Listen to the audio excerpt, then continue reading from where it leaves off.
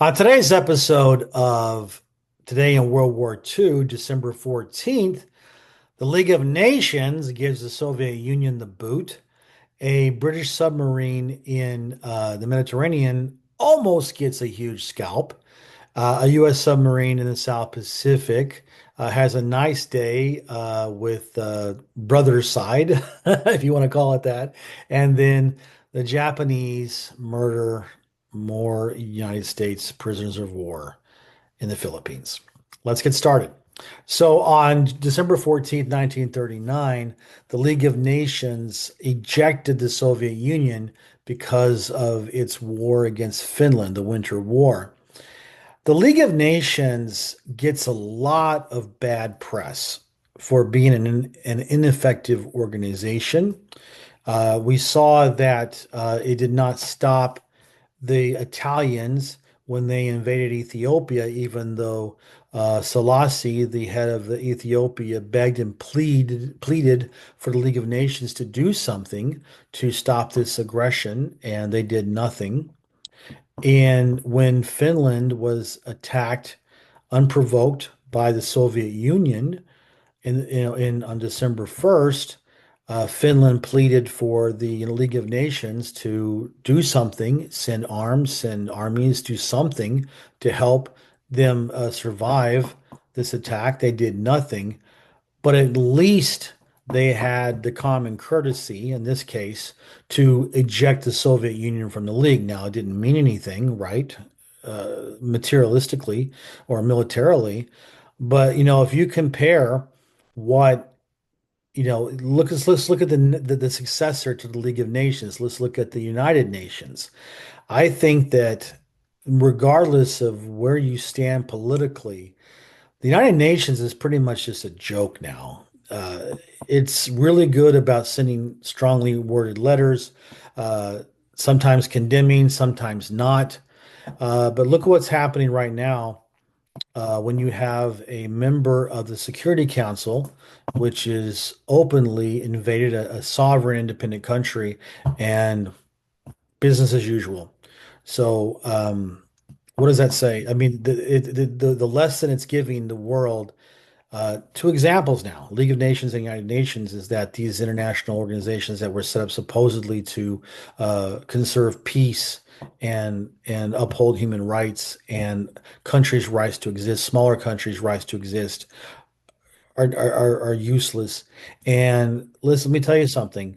Smaller countries are now realizing that the only way that they can truly protect their country is to get nuclear weapons. So this is going to increase the danger of World War III happening because smaller countries realize that they can only rely on themselves, and the only way to deter a stronger nation that can defeat them easily militarily is to get nuclear weapons. So I really fear for the future of humanity.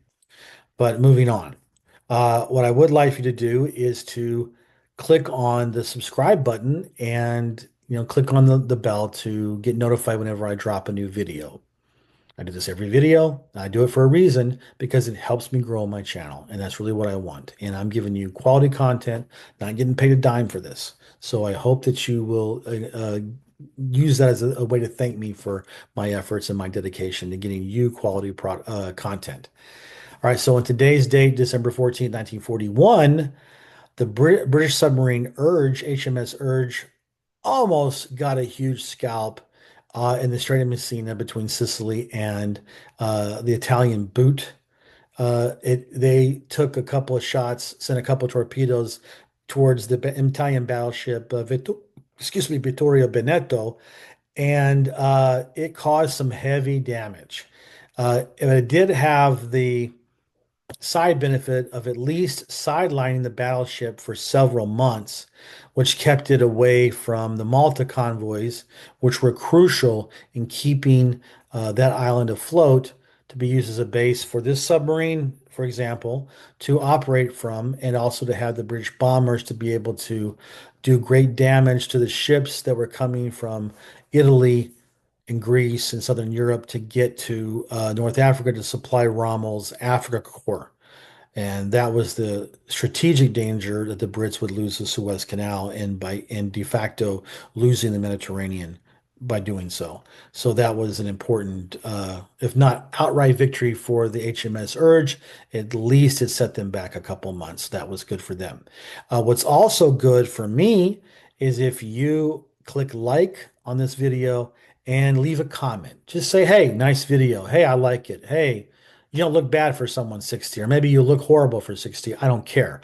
All that matters is that the algorithm sees the comment and it will show my videos to more people and so on and so forth. Now, on December 14th, 1942, one of the most famous United States submarines in the Pacific Theater, the USS Wahoo, uh, did a little sub on sub action. I don't know what the term is in English for I know fratricide. Is it fratricide or infanticide is when you kill an infant? Is it it doesn't matter. Anyway, the Wahoo was on a patrol.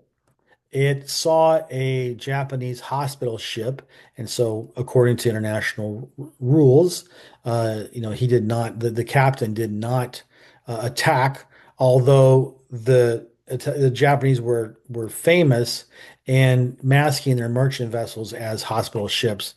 But even though we pretty much knew that's what they were doing, we still obeyed the Geneva Convention from that point of view and did not attack a hospital ship. But the Wahoo got the consolation prize of running across the path of a Japanese submarine, I-15, on the surface, and the Wahoo fired three torpedoes, one of which hit and sank the Japanese submarine. At this time of the war, there were still no guided torpedoes like you have now. So, submarines could not attack each other while they were submerged. So the Wahoo, if the I-15 was submerged and the Wahoo was submerged, it would have just been a lucky shot to do that. But if it's on the surface, then yes, they could do that. And that's what happened. The I-15 was on the surface, and so bad luck for the I-15, right? And then finally, a very sad note on December 14th, 1944. Japanese army was defending the island of Palawan in the Philippine Islands.